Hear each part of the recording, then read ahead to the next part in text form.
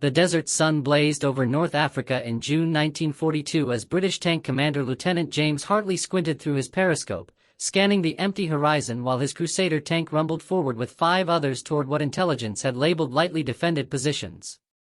The radio crackled with calm instructions to maintain formation and reassurance that enemy armor was thin in the sector, and Hartley felt confident after previous breakthroughs, yet the landscape ahead felt wrong, too quiet and too empty. Without warning, the tank to his left exploded, not from a shell he saw coming but from a sudden thunderous crack that turned his comrade's 30-ton machine into a fireball. Before he could react, another crack followed and the tank to his right erupted, its turret spinning through the air like a child's toy. Hartley screamed into the radio, shouting contact and demanding to know where the enemy was, as his gunner frantically traversed the turret, finding nothing but empty sand and rock. Then a third shot punched straight through the Crusader's frontal armor as if it were paper, killing the driver instantly. As Hartley bailed out, choking on smoke and cordite, he caught sight of them in the distance, low angular silhouettes dug into the sand and barely visible, not tanks but artillery pieces. The German 88mm flak gun, a weapon designed to shoot down aircraft, had just destroyed his entire squadron in less than 2 minutes. In that moment, the Allies realized they faced something unprecedented, a gun capable of killing anything, anywhere, at any range, and this became the story of how one weapon terrorized 2 fronts and how the Allies eventually found a way to stop it. The story of the 88mm gun began not in war but in violation of peace, because after Germany's defeat in World War I the Treaty of Versailles forbade rearmament, banning heavy artillery and offensive weapons, yet Krupp, Germany's premier arms manufacturer, found a loophole and in 1928 secretly worked with Swedish partners, disguising designs as industrial equipment while developing what was publicly labeled an anti-aircraft gun known as the flak-filled, with the number 88.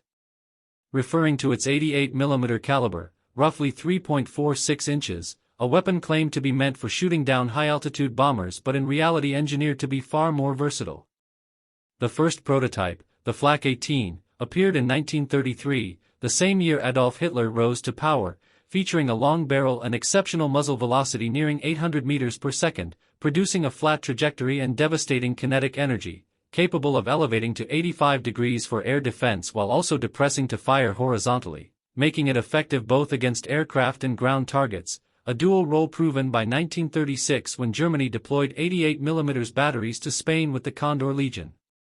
In the Spanish Civil War the 88 proved lethal against Soviet-supplied aircraft, reaching bombers at 25,000 feet where most guns failed, but an accidental discovery occurred during the siege of Madrid when Republican T-26 tanks counterattacked and German commander Major Ernst von Heidkamp, unable to penetrate them with standard anti-tank guns, ordered his 88mm crews to fire directly at the armor, with shocking results as armor-piercing rounds tore through the tanks at ranges exceeding 2,000 meters, killing them with single shots and drawing immediate attention from the German high command.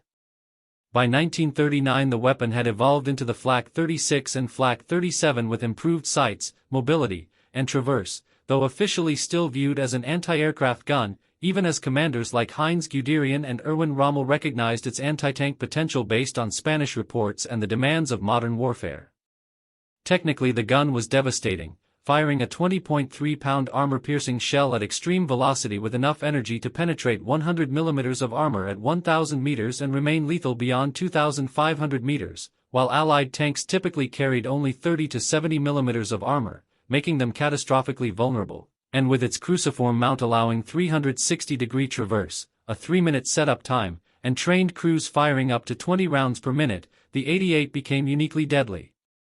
Its true battlefield debut came during the 1940 invasion of France when Rommel's 7th Panzer Division encountered heavily armored British Matilda tanks near Arras that shrugged off German 37mm anti-tank fire, forcing Rommel to order his 88mm flak batteries to engage directly, destroying the Matildas at ranges beyond effective return fire and prompting his blunt conclusion that the 88mm was the best anti-tank weapon Germany possessed, a lesson rapidly adopted into doctrine and carried with him to North Africa. In the desert the 88 reached legendary status as flat terrain provided long sightlines exceeding 3,000 meters, minimal cover, and ideal conditions for ambush, allowing German forces to compensate for numerical and armored inferiority by positioning concealed 88mm batteries in dug-in, camouflaged positions, baiting Allied tanks forward with panzers and annihilating them in pre-sighted kill zones before the threat was even identified, often shifting position or remaining impervious to counter-fire.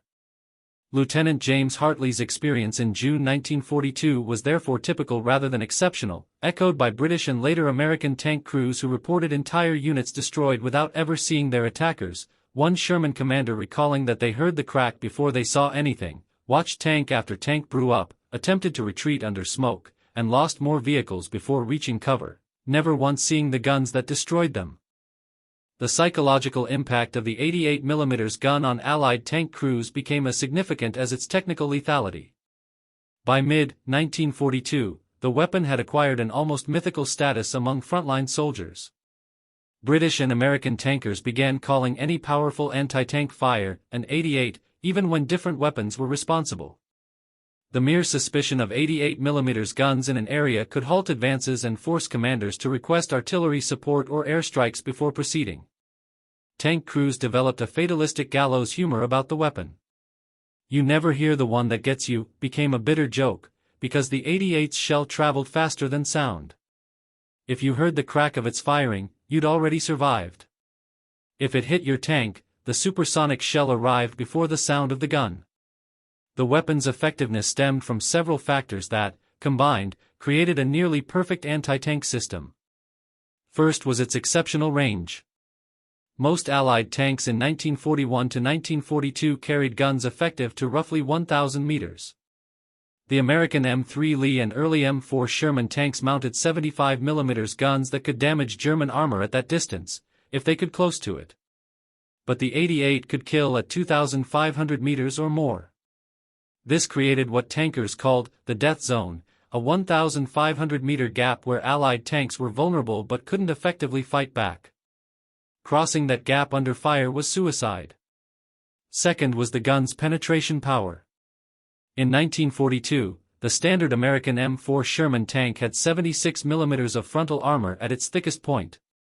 The British Churchill tank boasted 102mm. Against conventional anti-tank guns, this provided reasonable protection. Against the 88mm, it was inadequate. At 1,000 meters, an 88mm armor-piercing shell could penetrate 120mm of steel plate. Even at extreme ranges, it remained lethal. German crews reported penetrating kills at distances exceeding 3,000 meters under ideal conditions. No Allied tank fielded in North Africa or Europe before late 1943 could withstand a direct hit. Third was the weapon's versatility in deployment. Unlike dedicated anti-tank guns, which were relatively light and mobile but limited in range and power, the 88mm could function in multiple roles simultaneously. A single battery positioned near a forward airfield could defend against air attack while also covering ground approaches. This efficiency meant German commanders could achieve overlapping defensive coverage with fewer weapons. It also meant Allied forces never knew if an 88mm position was purely anti-aircraft, purely anti-tank, or both until engagement, and by then, it was often too late. The gun's technical operation required skilled crews, but German training programs produced them in quantity. A standard 88mm crew consisted of 10 men, though veteran crews could operate effectively with 7. The commander selected targets and gave firing orders. The gunner operated the main sight and traverse controls. The loader and 2 ammunition handlers maintained a steady supply of shells, critical during sustained fire. 3 more crew members managed the gun's stabilizing legs, adjusted elevation, and cleared malfunctions. The remaining soldiers provided security and prepared the next firing position during mobile operations. Training emphasized speed and accuracy. Crews drilled endlessly on range finding, particularly learning to estimate distances across featureless desert terrain. German doctrine stressed firing the first shot accurately. A hit at extreme range could destroy an enemy tank before it even knew it was engaged, while a miss revealed the gun's position and invited counter-battery fire. Experienced crews could achieve first-round hits at 2,000 meters with disturbing consistency. They practiced rapid displacement drills, learning to limber the gun, move 500 meters, and return to action in under 10 minutes. This mobility frustrated Allied artillery, which often shelled empty positions minutes after the 88s had relocated. By late 1942, the weapon had evolved tactically into the centerpiece of German defensive doctrine. Rommel's deployment at the Second Battle of El Alamein in October 1942 demonstrated this evolution. Facing Bernard Montgomery's 8th Army, vastly superior in numbers, with over 1,000 tanks against Rommel's 500, the German commander created a defensive system built around his 88mm guns. He deployed them in a checkerboard pattern across his defensive line, interspersed with minefields and dug-in infantry positions. Each 88 battery covered the approaches to adjacent positions, creating interlocking fields of fire. When British armor attacked, they had to navigate minefields under direct fire from concealed 88s. Even when individual positions were overrun, adjacent batteries would engage British tanks from the flank or rear. The results were devastating for Montgomery's armor. During the first 3 days of the offensive, British tank units suffered catastrophic losses. The 9th Armored Brigade lost 75 of its 94 tanks in a single engagement on November 2. The Valentine tanks of the 23rd Armored Brigade were systematically destroyed attempting to break through at Kidney Ridge. Survivors reported the same pattern: long-range fire from unseen positions, tanks exploding before crews could identify targets, and the horrifying realization that their armor provided no real protection. One British tank commander, Captain Henry Bowles, recorded in his diary, "The Germans have created hell with mathematics. Every approach is measured, every field of fire calculated. They know the range to every piece of ground. We advance into geometry designed to kill us." Yet despite their effectiveness, the 88mm guns couldn't stop El Alamein's outcome. Montgomery's numerical superiority, combined with overwhelming artillery support and air supremacy, eventually broke through. But the cost was staggering. British armor losses exceeded 500 tanks, many falling to 88mm fire. The Germans lost only 30 to 40 88mm guns during the entire battle, and many of these were destroyed by their own crews during the retreat rather than captured. The weapon's reputation spread beyond North Africa. On the Eastern Front, where Germany faced Soviet armor in massive quantities, the 88mm proved equally valuable. Soviet T-34 tanks, superior to most German panzers in armor and firepower during 1941 to 1942, were vulnerable to the 88. German forces defending key positions, at Rostov, Kharkov, and later at Kursk, relied heavily on 88mm batteries to blunt Soviet armored assaults. The gun's ability to destroy the heavily armored KV-1 tank at range made it invaluable. The Soviet experience with the 88mm was, if anything, more traumatic than the Western Allies faced. During Operation Barbarossa in 1941, Red Army tank commanders discovered their numerical advantages meant little against prepared German defenses anchored by 88mm guns. At the Battle of Brody in June 1941, Soviet Mechanized Corps attempted mass tank attacks against German positions. The results were catastrophic. German 88mm batteries, positioned in depth along defensive lines, systematically destroyed waves of Soviet armor. Tank Commander Major Dmitry Lavrenenko, who survived the battle, later described it in his debriefing: "We attacked with over 200 tanks. The Germans had perhaps 30 or 40 guns, these 88s. They hit us at distances we could not believe possible. Our T-34s, our best tanks, were burning before we crossed half the distance to their lines. The German guns fired, reloaded, fired again. Methodical. Precise. We could not reach them." The 88's effectiveness against Soviet armor prompted desperate tactical adaptations. Red Army doctrine began emphasizing night attacks and dawn assaults, exploiting reduced visibility that hampered the German guns' long-range advantage. Soviet commanders learned to use terrain more effectively, approaching through ravines and forested areas where possible. When forced to attack across open ground, they concentrated artillery fire on suspected 88mm positions before committing armor. Most significantly, they began accepting horrific casualty rates as inevitable, overwhelming German positions through sheer numbers rather than tactical finesse. This brutal calculus worked, but the human cost was staggering. Meanwhile, Allied intelligence in the West desperately sought countermeasures. British and American analysts studied every available piece of information about the 88mm, captured guns, battlefield reports, interrogations of prisoners. What they discovered was both impressive and disturbing. The weapon they faced was not a single gun but a family of increasingly refined designs. The flak-36 and flak-37 models deployed in North Africa were formidable, but German industry was already producing improved versions. The flak-41, introduced in limited numbers in 1942, featured an even longer barrel and higher muzzle velocity, capable of penetrating 150 mm of armor at 1,000 meters. More ominously, intelligence reports indicated Germany was developing tank-mounted versions of the weapon. This intelligence proved accurate. In late 1942, the first Tiger I heavy tanks reached frontline units in Tunisia. The Tiger mounted an 88mm gun, specifically, the KWK-36L/56 variant, in a fully armored, mobile platform. With 100mm of frontal armor and the legendary 88mm gun, the Tiger represented a quantum leap in tank design. It could destroy any Allied tank at ranges beyond effective return fire while being virtually immune to Allied anti-tank weapons. The Tiger's appearance in Tunisia in December 1942 caused immediate panic among Allied tank units.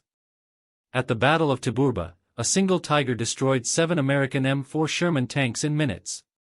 The Sherman's 75mm gun could not penetrate the Tiger's frontal armor even at point-blank range. American tanker Lieutenant John Belden witnessed this engagement. His after-action report was bleak. The German tank appeared around a building at approximately 800 yards. We fired immediately, 3 direct hits that we observed.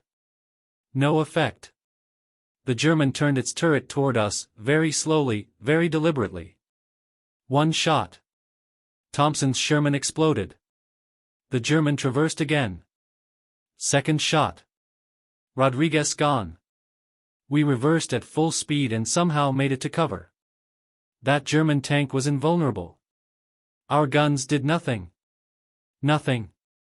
Allied commanders faced a terrible realization. Not only did Germany possess the war's most effective anti-tank gun, but they were now mounting it in armored vehicles that could hunt Allied tanks with impunity. The strategic implications were profound. Every Allied advantage in numbers, industrial production, and logistics seemed suddenly inadequate against German technological superiority in armor and anti-tank warfare. But the Allies had advantages Germany could not match. American industrial capacity was gearing up to unprecedented levels. British intelligence networks were penetrating German communications through ultra-decryptions. And Allied scientists and engineers were working frantically on countermeasures. The first breakthrough came not from new technology but from tactical innovation. British commanders in North Africa, studying the 88's deployment patterns, identified weaknesses in German doctrine. The gun's effectiveness depended on long-range engagement across open terrain. Its size and weight, the flak-36 weighed over 5 tons in firing position, meant it took time to deploy and required relatively flat, stable ground. And despite its fearsome reputation, the 88 was vulnerable to artillery fire and air attack when located. Montgomery's staff developed new tactics for the Tunisia campaign in early 1943. Rather than direct frontal assaults across open ground, British forces would use combined arms approaches. Artillery would saturate suspected 88mm positions with high-explosive shells.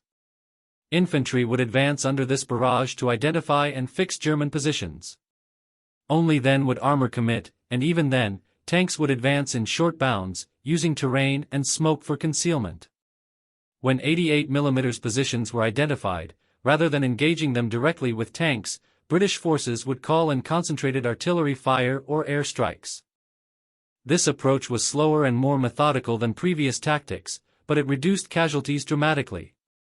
The Americans, bloodied by early encounters with German armor and anti-tank guns in Tunisia, adopted similar methods. General Omar Bradley emphasized combined arms coordination, insisting that tanks should never operate without infantry and artillery support. American commanders also began exploiting their overwhelming advantage in artillery. When 88mm positions were suspected, entire battalions of 105mm and 155mm howitzers would saturate the area. The 88, for all its lethality against armor, was still an artillery piece with minimal protection for its crew. High-explosive artillery shells and aerial bombs could destroy the gun and kill its operators. Allied air superiority became increasingly decisive. By mid-1943, the Luftwaffe was losing control of the skies over North Africa and, increasingly, over Europe itself. This meant German 88mm batteries, originally designed for anti-aircraft defense, faced constant threat from Allied fighter bombers. American P-47 Thunderbolts and British Typhoons, armed with rockets and bombs, became specialized in hunting German artillery positions. The 88's high profile and distinctive silhouette made it relatively easy to identify from the air. Luftwaffe fighters could no longer protect these positions effectively. German forces adapted by deploying 88mm guns in deeper camouflage and more dispersed positions, but this reduced their tactical effectiveness. The weapon worked best when multiple guns could create interlocking fields of fire, but concentrating guns made them vulnerable to air attack. Dispersing them improved survivability but reduced their defensive impact. German commanders faced an impossible dilemma: use the 88 effectively and risk losing it to air attack, or preserve it through concealment but sacrifice its tactical advantage. The Tunisia campaign of early 1943 became a testing ground for these evolving tactics. German forces, squeezed between Montgomery's 8th Army advancing from the east and American and British forces pushing from the west, relied heavily on defensive positions anchored by 88mm guns. General Hans-Jürgen von Arnim, commanding Axis forces after Rommel's departure, deployed his remaining 88mm batteries with calculated precision. Every major defensive line, at Kasserine Pass, Mareth Line, and the final perimeter around Tunis, featured carefully positioned 88s covering the most likely avenues of Allied advance. At the Mareth Line in March 1943, Montgomery faced perhaps the most formidable concentration of 88mm guns yet assembled in a single defensive position. German engineers had spent weeks preparing positions, dug into rocky hillsides, camouflaged with desert scrub, and positioned to create killing zones across the only tank-accessible approaches. Montgomery's initial frontal assault on March 20 ran directly into this defensive network. British armor, attempting to break through the main line, encountered devastating fire. The 50th Royal Tank Regiment lost 18 tanks in the first 30 minutes of engagement. The 8th Armored Brigade, attacking further south, suffered similar casualties. But Montgomery had learned from previous failures. Rather than continuing the costly frontal assault, he shifted his main effort to a flanking maneuver, the famous left hook around the Matmata Hills. While maintaining pressure on the Mareth Line to fix German forces in place, Montgomery sent the New Zealand Corps on a wide desert march to outflank the entire position. This maneuver bypassed the carefully prepared 88mm positions entirely. When the New Zealanders threatened the German rear, von Arnim had no choice but to abandon the Mareth Line. The 88mm guns, so deadly in prepared defensive positions, became liabilities during the hasty retreat. Many were destroyed by their crews to prevent capture. Others were abandoned when their towing vehicles broke down or ran out of fuel. The pattern repeated at subsequent defensive lines. German 88mm guns would inflict terrible casualties during initial Allied assaults, but Allied commanders increasingly refused to play into German strengths. Instead of frontal attacks across open ground, they used flanking maneuvers, concentrated artillery, and air superiority to force German withdrawals. By May 1943, when Axis forces in Tunisia finally surrendered, the 88mm gun's psychological dominance had begun to erode. Allied tank crews still feared it, but they no longer considered it invincible.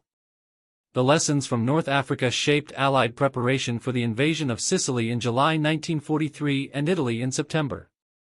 Allied intelligence identified every known 88mm battery in the invasion zones. Naval gunfire plans specifically targeted these positions during pre-invasion bombardments.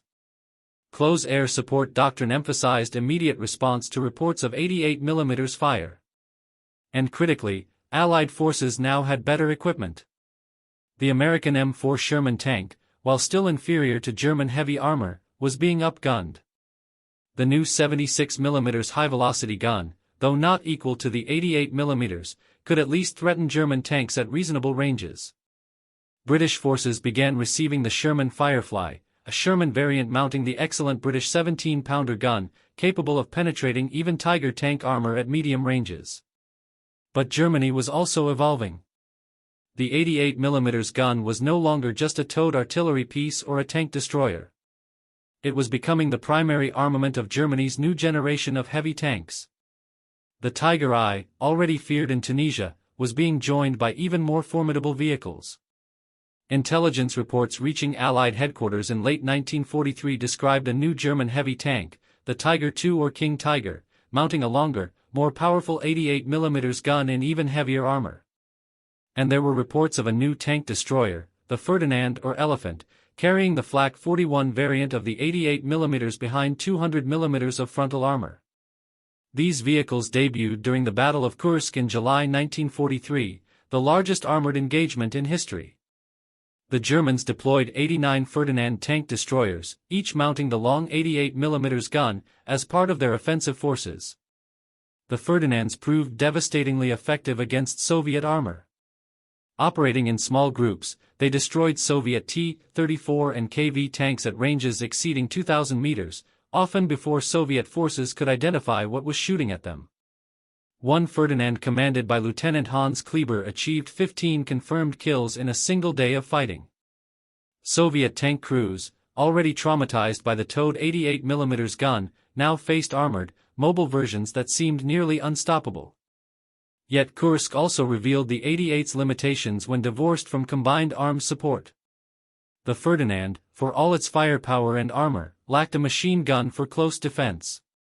Soviet infantry learned they could approach the vehicle using cover, then attack with grenades and satchel charges. Without supporting infantry, the Ferdinands were vulnerable. Many were destroyed or captured not by Soviet tanks but by infantry assault teams. The lesson was clear: even the most powerful weapons system was ineffective without proper tactical support. Soviet forces at Kursk also demonstrated another counter to the 88mm threat: overwhelming artillery preparation. Before German armor could advance, Soviet artillery delivered the most concentrated bombardment of the war. Entire German assembly areas were carpeted with high-explosive shells. Many 88mm batteries, both towed guns and tank-mounted versions, were destroyed or damaged before the battle even began. Those that survived faced immediate counter-battery fire the moment they revealed their positions by firing. Soviet doctrine accepted that some 88mm guns would survive and inflict casualties, but through superior artillery and tactical air support, they could minimize the weapon's impact. The battle demonstrated that by mid-1943, the 88mm gun, while still formidable, was no longer the decisive weapon it had been in 1941 to 1942. Allied and Soviet forces had developed effective countermeasures. German tactical advantages in range and penetration were being offset by Allied advantages in numbers, artillery support, and air supremacy. The gun remained deadly, but it was no longer unstoppable. In Western Europe, Allied planners preparing for the Normandy invasion studied every lesson from North Africa, Sicily, Italy, and reports from the Eastern Front. They knew the 88mm would be waiting on the beaches and in the hedgerows beyond. Intelligence estimates suggested Germany had positioned over 588mm guns of various types in Normandy alone, towed flak guns in coastal fortifications, mobile batteries attached to panzer divisions, and Tiger tanks in reserve. The Allied plan addressed this threat systematically. Naval gunfire would suppress coastal 88mm positions during the initial landings.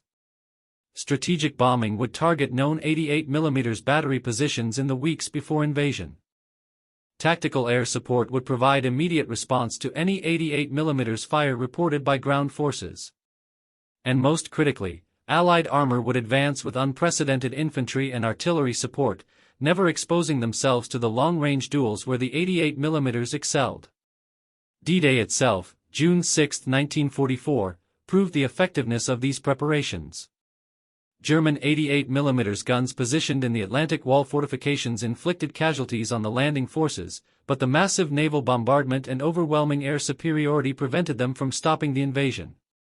At Omaha Beach, where American forces faced the strongest German defenses, 88mm guns positioned in fortified bunkers destroyed several landing craft and tanks. But once Allied forces breached the beach defenses, those same guns, fixed in concrete emplacements, became death traps for their crews, destroyed by close-range infantry assault or tank fire. The fighting in Normandy's hedgerow country, however, presented a different challenge entirely. The bocage, dense networks of ancient hedgerows, sunken roads, and small fields, created a nightmarish environment for Allied armor. Visibility was measured in dozens of yards rather than thousands. The 88mm guns' long-range advantage disappeared, but German crews adapted with terrifying effectiveness. They positioned their guns at hedgerow intersections, covering the narrow lanes where Allied tanks were forced to advance. At ranges of 200 to 400 meters, the 88mm was even more devastating than in the desert. Allied tanks, confined to predictable routes by the terrain, became easy targets. Captain Robert Miller of the American 3rd Armored Division recorded his experience in a letter that somehow passed censorship: "The hedgerows are killing us. We can't see more than 1 or 2 fields ahead."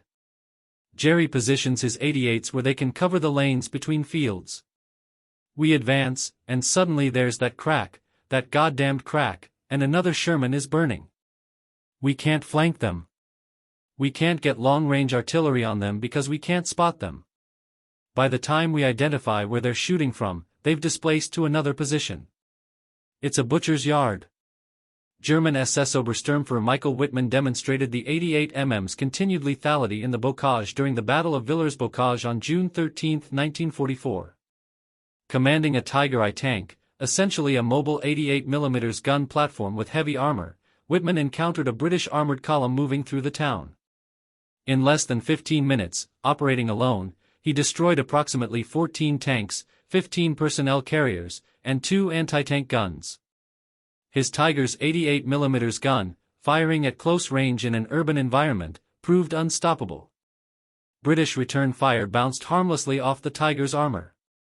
Wittmann's rampage only ended when he voluntarily withdrew, his ammunition running low.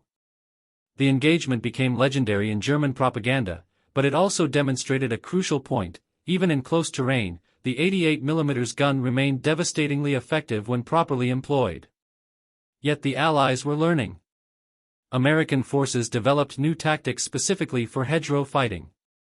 Engineers welded steel tusks onto Sherman tanks, salvaged from German beach obstacles, creating impromptu bulldozers that could punch through hedgerows instead of climbing over them.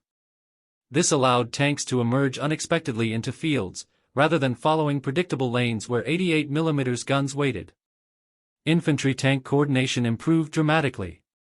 American infantry would advance first, identifying German positions. Artillery would then saturate those positions while tanks waited in defilade. Only after suppressive fire would armor advance, and even then, they moved in short bounds from cover to cover. The British developed similar tactics, adding their own innovations.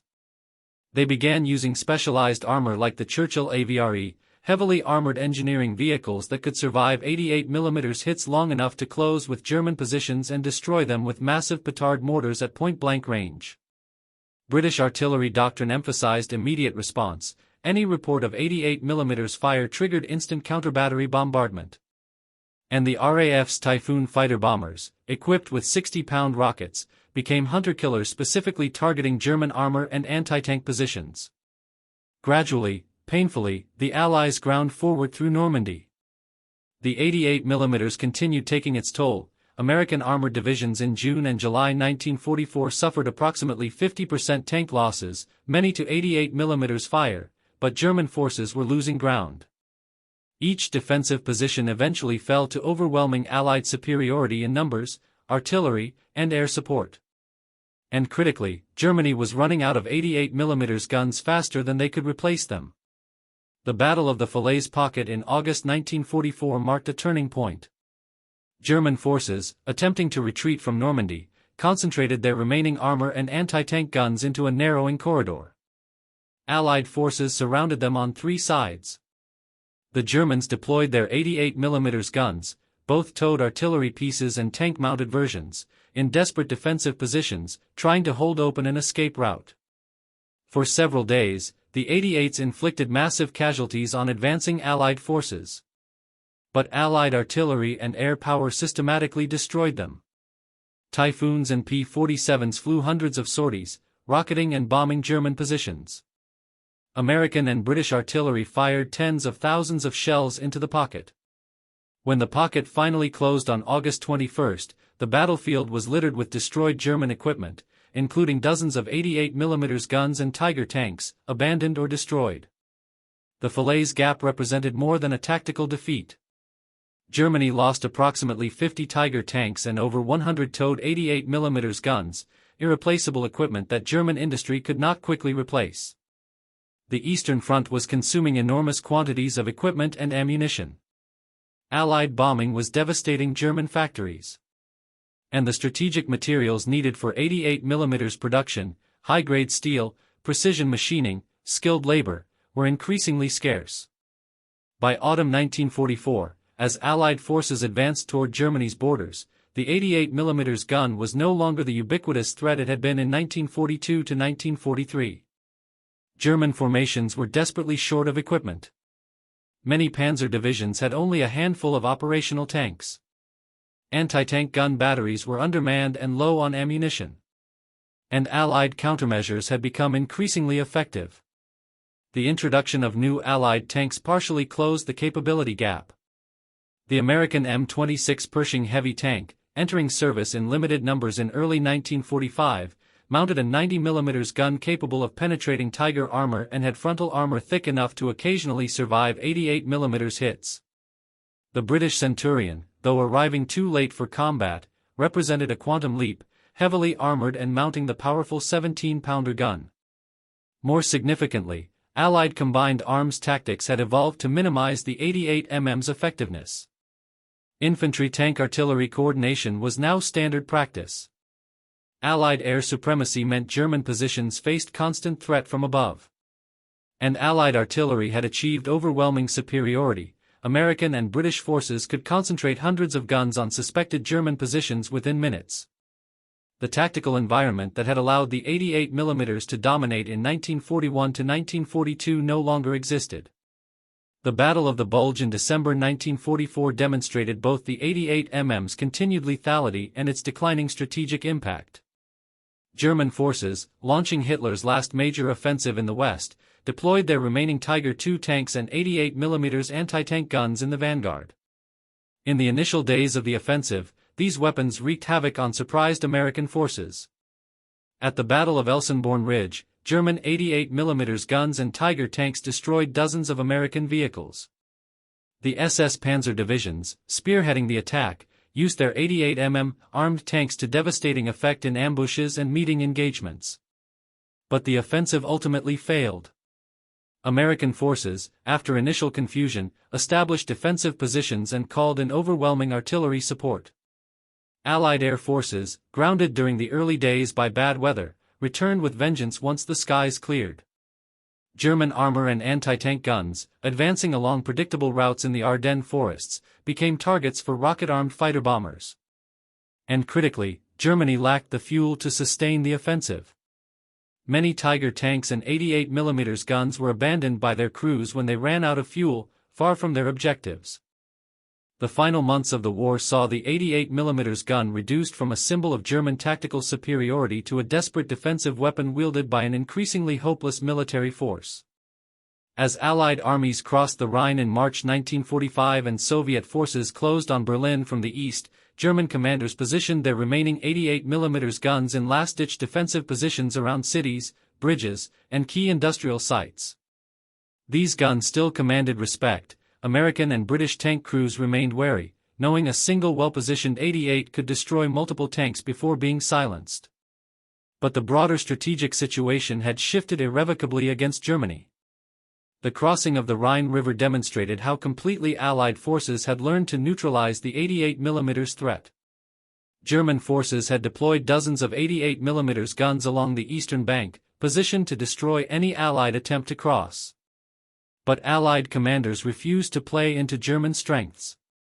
Instead of attempting direct crossings under fire, they launched the largest airborne operation since D-Day, Operation Varsity on March 24, 1945. Paratroopers and glider infantry landed behind German lines, attacking 88mm positions from the rear while Allied artillery blasted them from across the river. Simultaneously, Allied fighter bombers flew hundreds of sorties, targeting every identified gun position. Engineers threw smoke screens across the river, blinding German gunners. When Allied tanks finally crossed on pontoon bridges, most 88mm positions had already been destroyed or abandoned. The few 88s that survived and engaged Allied armor found themselves quickly silenced. American artillery doctrine had evolved to the point where any report of anti-tank fire triggered immediate, massive counter-battery response.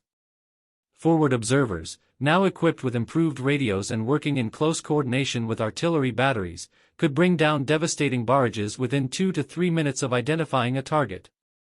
German 88mm crews, who once had time to fire multiple shots and then displace, now faced annihilation if they revealed their positions. On the Eastern Front, the situation was even more desperate. Soviet forces, advancing through Poland and into eastern Germany in early 1945, encountered 88mm guns defending every major city and river crossing. But Soviet tactics had evolved into brutal efficiency. Rather than attempting to neutralize individual guns, Soviet commanders simply accepted casualties and overwhelmed German positions through sheer mass. Soviet artillery preparations before major attacks now lasted hours, sometimes days, with thousands of guns saturating German defensive zones.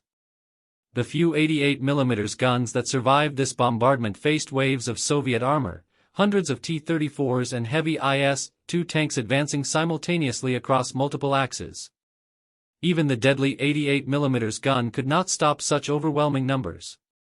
The Battle of Berlin in April 1945 saw the 88mm gun's final major deployment. German forces ringed the city with defensive positions, incorporating every available 88mm gun, towed flak pieces, self-propelled variants, and the few remaining Tiger tanks. These guns were positioned in rubble-fortified positions, covering the broad boulevards that Soviet tanks would need to use. German crews, many now consisting of Hitler Youth teenagers and elderly Volkssturm militia rather than trained artillerymen, manned these weapons with desperate determination. The 88s inflicted significant casualties on advancing Soviet forces. At the Battle of Seelow Heights, the last major defensive line before Berlin, German 88mm guns destroyed over 60 Soviet tanks in the first day of fighting. But Soviet Marshal Georgy Zhukov responded with overwhelming force. Over 40,000 artillery pieces opened fire on German positions. The bombardment was so intense that it created a dust cloud visible for miles, blinding both sides. When Soviet armor finally broke through, they simply bypassed surviving 88mm positions, leaving infantry to reduce them. The guns that had once stopped tank divisions with precisely aimed long-range fire were now being overrun by close assault infantry teams wielding flamethrowers and satchel charges. In Berlin itself, 88mm guns positioned at key intersections and squares continued fighting until destroyed or captured. Some crews fought to the death. Others, recognizing the hopelessness of their situation, destroyed their guns and surrendered. By the time Soviet forces reached the Reichstag on April 30, most of Berlin's 88mm guns were silent, destroyed, abandoned, or out of ammunition. The weapon that had dominated battlefields from North Africa to the Eastern Front ended the war as burning wreckage in the rubble of Germany's capital. The 88mm gun's legacy, however, extended far beyond its tactical employment. Allied weapons designers, having spent years studying and fearing the weapon, incorporated its lessons into post-war tank and anti-tank gun development. The American 90mm gun that armed the M26 Pershing and later the M46 and M47 tanks was explicitly designed to match the 88mm's capabilities. British post-war tank guns, the 20-pounder and later the 105mm L7, reflected design philosophies influenced by combat against German 88mm armed vehicles. Soviet designers, having faced the 88mm throughout the war, developed increasingly powerful tank guns for their post-war armor, culminating in the 100mm and 122mm guns that armed T-54 and IS-3 tanks. The tactical lessons learned fighting the 88mm shaped Cold War armor doctrine on both sides. The importance of combined arms coordination, infantry, armor, artillery, and air support operating in seamless cooperation, became fundamental to Western military doctrine. The Soviet emphasis on overwhelming artillery preparation and mass armor attacks, refined through brutal experience against German 88mm guns, remained central to their military planning for decades. Even the concept of main battle tanks, heavily armored vehicles with powerful guns capable of engaging any target, reflected lessons from fighting 88mm armed German armor. More broadly, the 88mm gun demonstrated how a single weapon system, properly employed, could force entire armies to adapt their tactics and equipment. From 1940 to 1945, the 88mm gun killed tens of thousands of Allied soldiers, destroyed thousands of tanks, and shot down thousands of aircraft. It inflicted more casualties than any other artillery piece in the German arsenal. Allied commanders devoted enormous resources to countering it, developing new tactics, designing new weapons, allocating precious artillery and air assets to suppress it. Enforcing this adaptation, the 88mm gun shaped the course of armored warfare in ways that extended far beyond the immediate tactical impact of its shells. The psychological impact on those who faced it remained long after the war. Veterans who survived encounters with 88mm guns carried memories of that distinctive crack, of watching comrades die in burning tanks, of the helplessness of being engaged by a weapon they couldn't see or effectively fight back against. Lieutenant James Hartley, the British tank commander who survived the 1942 ambush in North Africa, returned home after the war but never fully escaped those memories. In interviews decades later, he still spoke of the 88mm with a mixture of respect and horror. It was the perfect weapon for what the Germans needed. Range, power, accuracy, versatility. We had numbers and eventually better support, but they had that gun. Every tanker who served in North Africa or Europe knew that sound. That crack. It meant someone was dying, and you prayed it wasn't you.